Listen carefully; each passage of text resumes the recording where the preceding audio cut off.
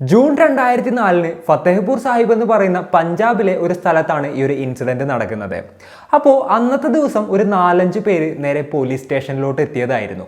അവർ പറഞ്ഞൊരു കാര്യം എന്താണെന്ന് വെച്ച് കഴിഞ്ഞിട്ടുണ്ടെന്നുണ്ടെങ്കിൽ അവിടുത്തെ കോടതിയിൽ ഫോട്ടോസ്റ്റാറ്റ് നടത്തുന്ന ഒരു സുഹൃത്തുണ്ട്. ആ സുഹൃത്തിനെ കഴിഞ്ഞ 4-5 ദിവസങ്ങളായിട്ട് കാണാനില്ല. കഴിഞ്ഞ കുറച്ച് ദിവസങ്ങളായിട്ട് കടകളും കാര്യങ്ങളൊക്കെ അടച്ചിട്ടത് കൊണ്ട് ആളെ ഫോണിൽ ബന്ധപ്പെടാനായിട്ട് ശ്രമിക്കുന്നുണ്ടായിരുന്നു. എന്നാൽ ഫോണും കാര്യങ്ങളൊന്നും കണക്റ്റ് ആകുന്നുണ്ടായിരുന്നില്ല. അങ്ങനെ ഇവരെന്താ ചെയ്തതെന്ന് വെച്ച് കഴിഞ്ഞിട്ടുണ്ടെന്നുണ്ടെങ്കിൽ ആളുടെ വീട്ടിൽ പോയിട്ട് അന്വേഷിക്കുകയായിരുന്നു. എന്നാൽ വീട് പുറത്തുനിന്ന് ലോക്ക് ചെയ്തിട്ടും ഉണ്ടായിരുന്നു. അപ്പോൾ ഇവരെന്താ ചെയ്തതെന്ന് വെച്ച് കഴിഞ്ഞിട്ടുണ്ടെന്നുണ്ടെങ്കിൽ നൈബേഴ്സിൻ്റെ അടുത്തും മറ്റൊക്കെ ചോദിച്ചു ഇവരെവിടെ പോയി എന്നുള്ളത്. എന്നാൽ നൈബേഴ്സിന് ആർക്കും തന്നെ ഇവരെങ്ങോട്ട് പോയി എന്നുള്ളത് അറിയില്ലായിരുന്നു. കഴിഞ്ഞ 4-5 ദിവസമായിട്ട് വീട് അടഞ്ഞു കിടക്കുകയാണെന്നുള്ളത് തന്നെയായിരുന്നു നൈബേഴ്സും പറഞ്ഞത്. അപ്പോൾ ഇവരുടെ റിലേറ്റീവ്സിനെയും മറ്റൊക്കെ കോൺടാക്ട് ചെയ്തിട്ട് ഈ ഫ്രണ്ട്സ് ചോദിച്ചപ്പോൾ അവർക്കും അറിയില്ലായിരുന്നു ഇവർ എങ്ങോട്ടാണ് പോയതെന്നുള്ളത്. ഈ കാണാതായ ആളുടെ പേര് കുൽവന്ത് സിംഗ് എന്നായിരുന്നു. ആളുടെ മുഴുവൻ ഫാമിലി അടക്കം കാണാതായിട്ടുണ്ട്. അതായത് ആളുടെ വൈഫ്, 2 മക്കള്. ഇവർ എങ്ങോട്ട് പോയി എവിടെയാണെന്നുള്ളതിനെ കുറിച്ചിട്ട് യാതൊരു ഐഡിയ ഇല്ല. നിങ്ങൾ എന്തായാലും ഒന്ന് അന്വേഷിക്കണം എന്നുള്ളൊരു കംപ്ലൈൻറ്റ് കൊടുക്കുന്നതിന് വേണ്ടിയിട്ടായിരുന്നു ആളുടെ 4-5 സുഹൃത്തുക്കൾ ആ ഒരു പോലീസ് സ്റ്റേഷനിലോട്ട് അന്ന് എത്തിയത്. പോലീസുകാരങ്ങനെ ആ ഒരു കേസ് എടുത്ത് അന്വേഷണം ആരംഭിക്കുകയാണ്. അങ്ങനെ പോലീസുകാർ കുൽവന്ത് സിംഗിന്റെ വീട്ടിലോട്ട് എത്തി നോക്കുമ്പോൾ ഡോറും കാര്യങ്ങളൊക്കെ ലോക്കായിരുന്നു. അപ്പോൾ പോലീസുകാരും നൈബേഴ്സിന്റെ അടുത്തൊക്കെ ചോദിച്ചു.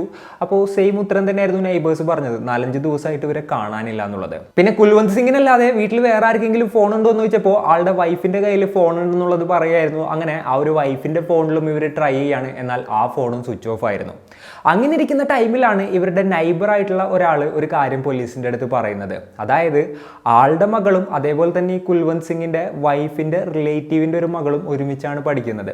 അപ്പോൾ മകളോട് ചോദിച്ചിട്ട് ആ നമ്പർ എടുത്ത് തരാമെന്ന് പറഞ്ഞു. അങ്ങനെ ആ ഒരു നമ്പർ എടുത്ത് കൊടുക്കുകയാണ്. അങ്ങനെ ആളുടെ വൈഫിൻ്റെ റിലേറ്റീവ്സിനെ പോലീസുകാർ കോൺടാക്ട് ചെയ്യാണ്. എന്നാൽ അവർക്കും ഈ ഒരു കുൽവന്ത് സിംഗും ഫാമിലിയും എങ്ങോട്ടാണ് പോയതെന്നുള്ളതിനെ കുറിച്ചിട്ട് യാതൊരു അറിവും ഉണ്ടായിരുന്നില്ല. അതിനുശേഷം എന്തെങ്കിലും തെളിവ് കിട്ടുമെന്ന് അറിയുന്നതിന് വേണ്ടിയിട്ട് പോലീസുകാർ ഇവരുടെ വീടിൻ്റെ ഡോറിൻ്റെ ലോക്ക് ഉണ്ടല്ലോ അതൊക്കെ പൊളിച്ചും കയറ്റി വീടിൻ്റെ അകത്തോട്ട് കയറുകയാണ്.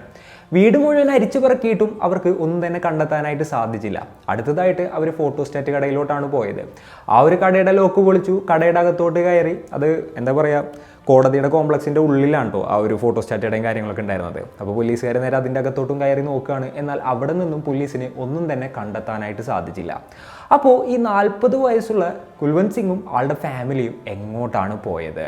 അതിനെക്കുറിച്ച് എങ്ങനെയൊക്കെ അന്വേഷിച്ചിട്ടും പോലീസിന് യാതൊരു ക്ലൂവും കണ്ടെത്താനായിട്ട് സാധിച്ചില്ല. ഇതൊരു മിസ്സിംഗ് കംപ്ലൈൻ്റ് ആയിട്ട് അവിടെ നിൽക്കുകയായിരുന്നു. അപ്പോൾ അതിൻ്റെ ഇടയിൽ പോലീസിന് വേറെ കാര്യങ്ങളൊക്കെ വന്നു. അങ്ങനെ ഒരു കേസും കാര്യങ്ങളും അങ്ങനെ സൈഡായി പോകുന്നൊരു സിറ്റുവേഷനിലോട്ടാണ് കാര്യങ്ങൾ എത്തിയത്. അപ്പോൾ യഥാർത്ഥത്തിൽ ഈ കുൽവന്ത് സിംഗിനും ഫാമിലിക്കും എന്താണ് സംഭവിച്ചത്? അവർ എങ്ങോട്ടാണ് പോയത്? പോലീസുകാർ ഈ ഒരു കേസ് എങ്ങനെയാണ് അന്വേഷിച്ചത്? അതേപോലെ തന്നെ ഇതിൻ്റെ പിന്നാലെ വന്ന കാര്യങ്ങൾ എന്തൊക്കെയാണ്? ഇത്തരത്തിലുള്ള കാര്യങ്ങളൊക്കെയാണ് ഇന്നത്തെ വീഡിയോയിലൂടെ നമ്മൾ സംസാരിക്കാനായിട്ട് പോകുന്നത്. Hello guys, welcome back to the channel. Raseen this side. ഈ കുൽവന്ത് സിംഗിനെയും ഫാമിലിയെയും കാണാതായി ഏകദേശം 11 ദിവസം കഴിഞ്ഞു. ആ ഒരു സമയത്താണ് പോലീസ് സ്റ്റേഷനിലോട്ട് ഒരു കോള് വരുന്നത്. അവിടെ നിന്ന് കുറച്ച് മാറിയിട്ടുള്ള ഒരു കനാലിൻ്റെ അരികിൽ ഒരു ആളുടെ ബോഡി അടിഞ്ഞിട്ടുണ്ട് എന്നുള്ളൊരു കോളായിരുന്നു അത്. ഉടനെ തന്നെ പോലീസുകാർ നേരെ അങ്ങോട്ടെത്തുകയാണ്. ആ ഒരു ഏരിയയും കാര്യങ്ങളൊക്കെ സെക്യൂർ ചെയ്തു. അവർ ഇൻവെസ്റ്റിഗേഷൻ ആരംഭിച്ചു. ബോഡി നല്ല രീതിയിൽ അഴുകിയിട്ടുണ്ടായിരുന്നു. അതുകൊണ്ട് തന്നെ പെട്ടെന്നത് ആരാണെന്ന് കണ്ടുപിടിക്കാൻ പറ്റാത്തൊരു സിറ്റുവേഷനിലായിരുന്നു ബോഡി ഉണ്ടായിരുന്നത്. എന്നാൽ പോലീസുകാർ നോക്കുമ്പോൾ അതൊരു പുരുഷന്റെ മൃതദേഹമാണെന്നും ഏകദേശം ഒരു 40ഓളം വയസ്സ് പ്രായമുണ്ടെന്നുള്ളതും പോലീസിന് മനസ്സിലാവുകയാണ്. അപ്പോൾ പോലീസുകാർക്ക് അപ്പോഴാണ് ഓർമ്മ വന്നത് കുറച്ച് ദിവസം മുൻപ് ഈ ഒരു കുൽവന്ത് സിംഗിനെ കാണാതായ കാര്യം. അപ്പോൾ ഈ ഒരു ബോഡി ഐഡന്റിഫൈ ചെയ്യുന്നതിന് വേണ്ടിയിട്ട് കുൽവന്ത് സിംഗിന്റെ സുഹൃത്തുക്കളെ പോലീസുകാർ വിളിക്കുകയാണ്. ഓൾറെഡി കംപ്ലൈൻറ്റ് കൊടുത്ത 4-5 പേരുണ്ടായിരുന്നല്ലോ. അപ്പോൾ അതിലുള്ള ആളുകളെ വിളിച്ചു. അവർ നേരെ ആ ഒരു സ്ഥലത്തോട്ട് എത്തുകയാണ്. അവരും വന്ന് നോക്കുമ്പോൾ ബോഡി ഒന്നും ഐഡന്റിഫൈ ചെയ്യാൻ പറ്റാത്തൊരു സിറ്റുവേഷനിലായിരുന്നു ഉണ്ടായിരുന്നത്. എന്നാൽ ആൾ ധരിച്ചിരുന്ന ഡ്രസ്സ് വെച്ചിട്ട് ആളെ ഇവർ ഐഡന്റിഫൈ ചെയ്യായിരുന്നു. ഇത് കുൽവന്ത് സിംഗിന്റെ തന്നെ ഡ്രസ്സാണ്. പിന്നെ ആളുടെ ബോഡി സ്ട്രക്ചറും കാര്യങ്ങളൊക്കെ ഇങ്ങനെയാണ്. അപ്പോൾ ഇത് ആളുടെ തന്നെ ബോഡിയാണെന്നുള്ളത് ആളുടെ സുഹൃത്തുക്കൾ കൺഫേം ചെയ്യുകയും ചെയ്തു. അപ്പോൾ ഈ ഒരു കുൽവന്ത് സിംഗ് മരിച്ചു എന്നുള്ളത് പോലീസുകാർക്ക് മനസ്സിലായി. ബാക്കിയുള്ള ഫാമിലി മെമ്പേഴ്സ് എവിടെയെന്നുള്ളതായി അടുത്ത ക്വസ്റ്റ്യൻ. അങ്ങനെ ആ ഒരു കനാല് മുഴുവൻ സെർച്ച് ചെയ്യാനായിട്ട് പോലീസുകാർ തീരുമാനിക്കുകയാണ്. അതൊരു വലിയ കനാലായിരുന്നു. അതേപോലെ തന്നെ ഭയങ്കര ഒഴുക്കുള്ളൊരു കനാലായിരുന്നു. അതുകൊണ്ട് തന്നെ സെർച്ച് ചെയ്യാന്ന് പറഞ്ഞു കഴിഞ്ഞാൽ കുറച്ച് ബുദ്ധിമുട്ടുള്ളൊരു കാര്യമായിരുന്നു. പോലീസിന്റെ ടീമും അതേപോലെ തന്നെ ഫയർ ഡിപ്പാർട്ട്മെന്റിൽ നിന്നുള്ള ആളുകളും പിന്നെ ലോക്കൽസ് ആയിട്ടുള്ള കുറച്ച് ആളുകളും കൂടെ ചേർന്നിട്ടായിരുന്നു അവിടെ ആ ഒരു കനാല് മുഴുവൻ സെർച്ച് ചെയ്തത്. അതായത് ആ ഒരു വില്ലേജിന്റെ അപ്പുറത്തുനിന്ന് കനാലിന്റെ ഭാഗത്തു നിന്ന് തുടങ്ങിയിട്ട് സെർച്ച് സ്റ്റാർട്ട് ചെയ്തിട്ട് ആ ഒരു വില്ലേജിലൂടെ ആ ഒരു കനാൽ ഒഴുകുന്നുണ്ട്. അപ്പോൾ അവിടെ കംപ്ലീറ്റ് ആയിട്ട് അവർ സെർച്ച് ചെയ്തു. എന്നിട്ട് അതിന് ശേഷം ആ ഒരു കനാൽ ഒരു 10-15 കിലോമീറ്ററോളം പോകുന്നുണ്ട്. ആ കംപ്ലീറ്റ് ഏരിയയും ഇവർ അരിച്ചു ഇറക്കുകയായിരുന്നു. ഈ ഒരു സെർച്ചിന്റെ ഇടയിൽ 2 ദിവസം കഴിഞ്ഞപ്പോൾ വേറൊരു ബോഡിയും കൂടെ കരക്കടിയുകയാണ്. അത് വേറെ ആരും ആയിരുന്നില്ല, അയാളുടെ മകളായിട്ടുള്ള 13 വയസ്സുകാരിയുടെ മൃതദേഹമായിരുന്നു അത്. അപ്പോൾ ബാക്കിയുള്ള 2 പേരുടെ കൂടെ ബോഡി ആ ഒരു കനാലിൽ നിന്ന് കിട്ടുമെന്നുള്ള അസംഷനിൽ പോലീസുകാർ അവിടെ സെർച്ച് ചെയ്യാണ്.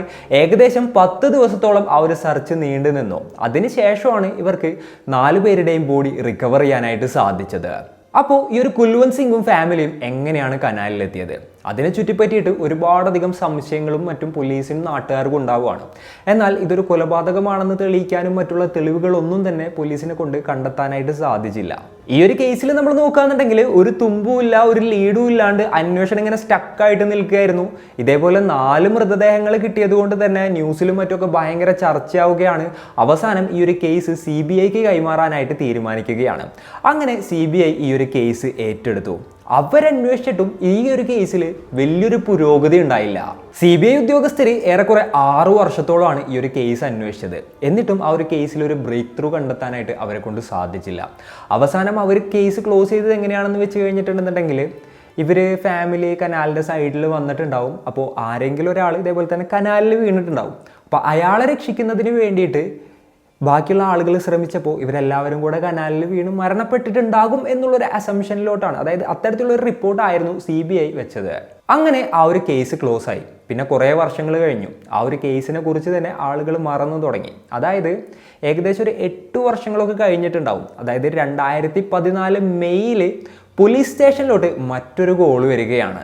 ഈ ഫത്തേപൂർ സാഹിബ് എന്ന് പറയുന്ന സ്ഥലത്തൂടെ പോകുന്ന ആ ഒരു കനാലുണ്ടല്ലോ, ആ 4 പേര് മരിച്ച സെയിം കനാല്, ആ ഒരു കനാലിൽ നിന്ന് ഒരു സ്ത്രീയെ കിട്ടിയിട്ടുണ്ട് എന്ന് പറഞ്ഞിട്ടുള്ള ഒരു കോളായിരുന്നു പോലീസിന് വന്നത്. വിവരമറിഞ്ഞ പോലീസുകാർ നേരെ തന്നെ അങ്ങോട്ട് എത്തുകയാണ്. എന്നാൽ അവരവിടെ എത്തിയപ്പോഴത്തേനും അവിടെയുള്ള നാട്ടുകാരെല്ലാവരും കൂടെയും ഒരു ആംബുലൻസ് വിളിച്ചിട്ട് ആ സ്ത്രീയെ നേരെ ഹോസ്പിറ്റലിലോട്ട് അയച്ചിട്ടുണ്ടായിരുന്നു. ഉടനെ തന്നെ പോലീസുകാർ നേരെ ഹോസ്പിറ്റലിലോട്ട് എത്തുകയാണ്. അവിടെ എത്തിയവർ ഡോക്ടേഴ്സിൻ്റെ അടുത്ത് സംസാരിച്ചപ്പോൾ ആ സ്ത്രീ മരിച്ചിട്ടുണ്ടായിരുന്നില്ല, അൺകോൺഷ്യസ് ആയിരുന്നു. കുറച്ചു നേരം കഴിഞ്ഞു ആ ഒരു സ്ത്രീക്ക് ബോധം വന്നു. അതിനുശേഷം പോലീസുകാർ ക്വസ്റ്റ്യനിങ്ങും കാര്യങ്ങളൊക്കെ സ്റ്റാർട്ട് ചെയ്യാമെന്ന് തീരുമാനിച്ചുകൊണ്ട് ആ ഒരു സ്ത്രീയുടെ അടുത്തോട്ട് ചെന്നപ്പോൾ ആദ്യം തന്നെ ചോദ്യം ചോദിച്ചത് ആ സ്ത്രീയാണ് പോലീസിൻ്റെ അടുത്ത്. എൻ്റെ ഫാമിലി മെമ്പേഴ്സിനെ എല്ലാവരെയും നിങ്ങൾ രക്ഷപ്പെടുത്തിയോ എന്നുള്ളതായിരുന്നു ആ ഒരു ചോദ്യം. അപ്പോൾ ഈ ഒരു ചോദ്യം കേട്ടിട്ട് പോലീസുകാർ എന്നെ ഷോക്കായി പോയി. നിങ്ങളല്ലാതെ വേറെ ആളുകളും ആ ഒരു കനാലിൽ വീണിട്ടുണ്ടോ എന്നുള്ളതായിരുന്നു പോലീസിൻ്റെ അടുത്ത ചോദ്യം. അപ്പോൾ ആ ഒരു സ്ത്രീ പറഞ്ഞു തൻ്റെ പേര് ജാസ്മിൻ ആണെന്നും ഗുർമേൽ സിംഗ് എന്നാണ് തൻ്റെ അച്ഛൻ്റെ പേരെന്നും തൻ്റെ അച്ഛനും അമ്മയും അതുപോലെ തന്നെ സഹോദരനും സഹോദരിയും താനും പിന്നെ സഹോദരൻ്റെ 2 മക്കളും ആ ഒരു കനാലിൻ്റെ അവിടെ ഉണ്ടായിരുന്നു. ഇവരെല്ലാവരും തന്നെ ആ കനാലിൽ വീണിട്ടുണ്ട്. ഇപ്പോൾ ഞാൻ മാത്രമേ ഇവിടെ ഉള്ളൂ, ബാക്കിയുള്ളവർ എവിടെയെന്നുള്ളതായിരുന്നു അവരുടെ ചോദ്യം. യെസ്, ടോട്ടൽ 7 പേരാണ് അന്നത്തെ ദിവസം കനാലിൽ വീണിട്ടുണ്ടായിരുന്നത്. അപ്പോൾ പോലീസുകാർ ചോദിച്ചു നിങ്ങൾ എന്തിനാണ് ആ ഒരു കനാലിൻ്റെ അവിടെ പോയതെന്നുള്ളത്. അപ്പോഴാണ് ഇവർ ഒരു കഥ പറയുന്നത്. ഖുശ്വീന്ദർ സിംഗ് എന്ന് പറയുന്ന ഒരു പൂജാരി ഒരു പൂജ ചെയ്യുന്നതിന് വേണ്ടിയിട്ട് അവർ ആ ഒരു കനാലിൻ്റെ അവിടോട്ട് വിളിപ്പിച്ചതായിരുന്നു. പിന്നെ ഈ ഖുശ്വീന്ദർ സിംഗ് ജസ്റ്റ് ഒരു പൂജാരി മാത്രമല്ല, ഇവരുടെ അച്ഛൻ്റെ സുഹൃത്തു കൂടിയായിരുന്നു. അപ്പോൾ ആള് ഇതേപോലെ തന്നെ ആ ഒരു കനാലിൻ്റെ സൈഡിൽ വെച്ചിട്ട് പൂജയും കാര്യങ്ങളൊക്കെ ചെയ്തു. അതിനുശേഷം ഇവർക്ക് പ്രസാദം കൊടുത്തു. പ്രസാദം കൊടുത്തിട്ട് ആ ഒരു പ്രസാദം കഴിക്കാനായിട്ട് പറഞ്ഞു. പ്രസാദം ഇവരെല്ലാവരും കഴിച്ചു. കുറച്ചു നേരം കഴിഞ്ഞപ്പോൾ എന്തൊക്കെയോ ഒരു ബോധം പോകുന്ന ഒരു സിറ്റുവേഷനിലോട്ട് ഇവരെത്തുകയാണ്. അതായത് ഒരു പാതി ബോധത്തിൽ ഇവരുള്ള ടൈമിൽ ഇയാൾ എന്താ പറഞ്ഞതെന്ന് വെച്ച് കഴിഞ്ഞിട്ടുണ്ടെങ്കിൽ കനാലിൻ്റെ അടുത്ത് പോയി നിന്നിങ്ങേറ്റ് കണ്ണടച്ച് പ്രാർത്ഥിക്കാൻ. അങ്ങനെ എല്ലാവരും തന്നെ ആ ഒരു കനാലിൻ്റെ പക്കത്ത് നിന്നിങ്ങേറ്റ് കണ്ണടച്ച് പ്രാർത്ഥിക്കായിരുന്നു. അപ്പോഴാണ് തന്നെ പിന്നിൽ നിന്ന് ആരോ തള്ളുന്നതായിട്ട് ഇവർക്ക് തോന്നിയത്. പിന്നെ അവർ കണ്ണ് തുറന്ന ടൈമിൽ അവർ കനാലിലൂടെ ഇങ്ങനെ ഒലിച്ചു പോവായിരുന്നു. അപ്പോൾ തൻ്റെ ജീവന് വേണ്ടിയിട്ട് അവരിങ്ങനെ പരാക്രമം കാണിച്ച് എങ്ങനെയൊക്കെയോ അവർ കനാലിൻ്റെ സൈഡിലുള്ള ഒരു എന്താ പറയുക കമ്പുമ്മൽ അവർക്ക് പിടുത്തം കിട്ടിയതാണ്. അങ്ങനെ പിടിച്ചു നിൽക്കുന്ന ആ ഒരു സമയത്താണ് ഇതേപോലെ തന്നെ നാട്ടുകാർ കാണുന്നതും അതേപോലെ തന്നെ അവരെ രക്ഷപ്പെടുത്തുന്നതും ആംബുലൻസിൽ കയറ്റിയിട്ട് ഇതേപോലെ തന്നെ ഹോസ്പിറ്റലിലോട്ട് അയക്കുന്നതും അതേപോലെ പോലീസിനെ ഇൻഫോം ചെയ്യുന്നതും. ഈ ഒരു വിവരം പറഞ്ഞ പോലീസുകാർ ഉടനെ തന്നെ ഫയർഫോഴ്സിനെയും വേറെ പോലീസ് ടീമിനെയും ഒക്കെ ബന്ധപ്പെടുകയാണ്, ആ ഒരു കനാല് മുഴുവൻ സെർച്ച് ചെയ്യാൻ പറഞ്ഞുകൊണ്ട്. അങ്ങനെ ഫയർഫോഴ്സും പോലീസ് ടീമും അതേപോലെ തന്നെ ആ നാട്ടിലുള്ള കുറേ ആളുകളൂടെ ആ ഒരു കനാല് കംപ്ലീറ്റ് ആയിട്ട് സെർച്ച് സ്റ്റാർട്ട് ചെയ്യുകയാണ്. ഇതിൻ്റെ ഇടയിൽ ഈ പൂജാരിയായിട്ടുള്ള ഖുശ്വീന്ദർ സിംഗിനെ കുറിച്ചുള്ള കൂടുതൽ ഡീറ്റെയിൽസും കാര്യങ്ങളൊക്കെ പോലീസുകാർ ഇവരുടെ അടുത്ത് ചോദിച്ച് മനസ്സിലാക്കുകയാണ്. അതിനുശേഷം നേരെ പോലീസുകാർ ഈ ഒരു ഖുശ്വീന്ദർ സിംഗിൻ്റെ വീട്ടിലോട്ട് പോവുകയും ചെയ്തു. അയാളുടെ വീട് എന്നൊക്കെ പറഞ്ഞു കഴിഞ്ഞാൽ നല്ല അടിപൊളി വലിയ വീടായിരുന്നു. അവിടെ യാതൊരു പ്രശ്നങ്ങളും ഇല്ലാതെ ആളുടെ ഫാമിലിയുടെ കൂടെ വളരെ ഹാപ്പി ആയിട്ട് നിൽക്കുന്ന ഖുശ്വീന്ദർ സിംഗിനെയാണ് പോലീസുകാർ കണ്ടത്. അങ്ങനെ പോലീസുകാരി ഒരു ഖുഷ്വീന്ദർ സിംഗിനെ കസ്റ്റഡിയിലെടുത്ത് ക്വസ്റ്റ്യൻ ചെയ്യാണ്. എന്താണ് സംഭവിച്ചതെന്നുള്ളത് ആളുടെ അടുത്ത് ചോദിച്ചു. അപ്പോൾ അയാൾ പറഞ്ഞു, സാർ ഞാനൊരു പൂജാരിയാണ്, ഈ ഒരു ഗുർമേൽ സിംഗിന് ഒരുപാട് ബുദ്ധിമുട്ടുകളും കാര്യങ്ങളൊക്കെ ഉണ്ട്, മാനസികമായിട്ടൊരു സുഖമില്ല, സാമ്പത്തികമായിട്ടും കുറച്ച് പ്രശ്നങ്ങളുണ്ട്, അപ്പോൾ ഒരു പൂജ ചെയ്യണമെന്ന് പറഞ്ഞിട്ടുണ്ടായിരുന്നു, അങ്ങനെയാണ് ആ ഒരു പൂജ താൻ ചെയ്തത് എന്നുള്ള കാര്യം ഇയാൾ പോലീസിൻ്റെ അടുത്ത് പറയുകയാണ്. അവരുടെ ഫാമിലി മെമ്പേഴ്സ് മുഴുവൻ വന്നിട്ടുണ്ടായിരുന്നെന്നും പൂജയും കാര്യങ്ങളൊക്കെ താൻ ചെയ്ത് കഴിഞ്ഞിട്ട് പ്രസാദം കൊടുത്തു, അതിനുശേഷം അവരുടെ അടുത്ത് അവിടെ ഇരുന്നിങ്ങേറ്റ് കുറച്ച് നേരം പ്രാർത്ഥിക്കാനായിട്ട് പറഞ്ഞിട്ട് താൻ തൻ്റെ വീട്ടിലോട്ട് വന്നു, അവരുടെ വീട്ടിലോട്ട് പോയിട്ടുണ്ടാകുമെന്നുള്ളൊരു തരത്തിലായിരുന്നു ഇയാൾ പോലീസിൻ്റെ അടുത്ത് പറഞ്ഞത്. ചുരുക്കം പറഞ്ഞു കഴിഞ്ഞിട്ടുണ്ടെന്നുണ്ടെങ്കിൽ ഈ ഖുഷ്വീന്ദർ പൂജ കഴിഞ്ഞ് പ്രസാദം കഴിച്ച് അവിടെ നിന്ന് പോയി, അതിനുശേഷം അവർക്ക് എന്ത് സംഭവിച്ചു എന്നുള്ളത് തനിക്കറിയില്ല എന്നുള്ളത് അയാൾ തീർത്ത് പറയായിരുന്നു. എന്നാൽ ജാസ്മിൻ പോലീസിൻ്റെ അടുത്ത് ചില കാര്യങ്ങൾ വളരെ വ്യക്തമായിട്ട് പറഞ്ഞിട്ടുണ്ടായിരുന്നു. ഇവരെ പിറകിൽ നിന്ന് തള്ളിയത് ഖുഷ്വീന്ദർ ആണെന്നുള്ളത് ഇവർ കണ്ടു എന്നുള്ളൊരു കാര്യമായിരുന്നു അത്. അപ്പോൾ പോലീസിന് ജാസ്മിനായിരുന്നു കൂടുതൽ വിശ്വാസം. ഇയാളെ ക്വസ്റ്റ്യൻ ചെയ്ത് കഴിഞ്ഞപ്പോൾ ഇയാൾ എന്തൊക്കെയോ മറക്കുന്നതായിട്ട് പോലീസിന് തോന്നുകയാണ്. സോ പോലീസുകാർ പോലീസ് സ്റ്റൈലിൽ ഇയാളെ ക്വസ്റ്റ്യൻ ചെയ്യാണ്. അധിക നേരം ആ ഒരു ക്വസ്റ്റ്യനിങ് താങ്ങാനായിട്ട് അയാളെ കൊണ്ട് സാധിച്ചില്ല. അവസാനം നടന്ന കാര്യങ്ങൾ ആള് തുറന്നു പറയുകയായിരുന്നു. അതെ, ഞാൻ തന്നെയാണ് അവരെ കൊന്നത് എന്നുള്ളൊരു കാര്യമായിരുന്നു ആള് പോലീസിൻ്റെ അടുത്ത് പറഞ്ഞത്. അപ്പോൾ എന്താണ് സംഭവിച്ചതെന്നുള്ളത് പോലീസുകാർ ഇയാളുടെ അടുത്ത് ചോദിക്കുകയാണ്. അപ്പോൾ ഇയാൾ പറഞ്ഞു, ഈ ഒരു ഗുർമേൽ സിംഗിൻ്റെ കയ്യിൽ കുറച്ച് പൈസ ഉണ്ടെന്നുള്ളത് എനിക്ക് അറിയായിരുന്നു. പിന്നെ ഒരു ഗുർമേൽ സിംഗും ആളും തമ്മിലുള്ള ഒരു ബന്ധം പറയുകയാണെന്നുണ്ടെങ്കിൽ കുറേ നാളുകൾക്ക് മുൻപ് ഇവർ പരിചയപ്പെട്ടതാണ്. ആദ്യം ഒരു പൂജാരി എന്നുള്ളൊരു നിലയ്ക്ക് തന്നെയായിരുന്നു പരിചയപ്പെട്ടത്. പിന്നീട് ആ ഒരു പരിചയം ഒരു സൗഹൃദമായിട്ട് മാറുകയാണ്. ഈ ഒരു ഫണ്ടും കാര്യങ്ങളും കയ്യിൽ വന്ന സമയത്ത് കൂടുതൽ ഐശ്വര്യം ഉണ്ടാവാൻ വേണ്ടിയിട്ട് താനൊരു പൂജ ചെയ്യാമെന്നുള്ളൊരു രീതിയിലായിരുന്നു ഇയാൾ അപ്രോച്ച് ചെയ്തത്. അതായത് ഇയാളുടെ ഒരു ഗുരു ഉണ്ട്, ആ ഒരു ഗുരു കൊടുക്കുന്ന നിർദ്ദേശങ്ങൾക്കനുസരിച്ച് ഇങ്ങനെ ഒരു പൂജ ചെയ്ത് കഴിഞ്ഞിട്ടുണ്ടെങ്കിൽ നല്ല ഐശ്വര്യം ഉണ്ടാവും എന്നുള്ളൊരു രീതിയിൽ ഇയാളെ പറഞ്ഞ് തെറ്റിദ്ധരിപ്പിക്കുകയായിരുന്നു. അപ്പോൾ ഈ പൂജ ചെയ്യുന്നതിന് വേണ്ടിയിട്ട് ഗുർമേൽ സിംഗിൻ്റെ ഫുൾ ഫാമിലിയോടും വരാനായിട്ട് ആവശ്യപ്പെടുകയാണ്. അങ്ങനെയാണ് ഈ ഒരു ഗുർമേൽ സിംഗ്, ആളുടെ വൈഫ്, പിന്നെ ഈ പറഞ്ഞ പോലെ തന്നെ ആളുടെ 2 പെൺമക്കൾ, പിന്നെ വേറൊരു മകൻ, പിന്നെ ആളുടെ 2 മക്കൾ തുടങ്ങിയിട്ടുള്ള എല്ലാവരും അങ്ങോട്ട് എത്തിയത്. അങ്ങനെ ഇവരെ 7 പേരെയും ആ ഒരു കനാലിൻ്റെ സൈഡിലിരുത്തിയിട്ട് ഇയാൾ പൂജയും കാര്യങ്ങളൊക്കെ സ്റ്റാർട്ട് ചെയ്യാണ്. അങ്ങനെ പൂജയും കാര്യങ്ങളൊക്കെ കഴിഞ്ഞതിന് ശേഷം ഇയാൾ ഇവർക്ക് കുറച്ച് പ്രസാദം കൊടുത്തു. എന്നാൽ ആ ഒരു പ്രസാദത്തിൽ ഇയാൾ മയക്കുമരുന്ന് ചേർത്തിട്ടുണ്ടായിരുന്നു. ഈ പ്രസാദവും കാര്യങ്ങളൊക്കെ കഴിച്ചപ്പോൾ ഇവർ ചെറുതായിട്ട് ബോധം പോകുന്നൊരു സിറ്റുവേഷനിലോട്ട് എത്തി.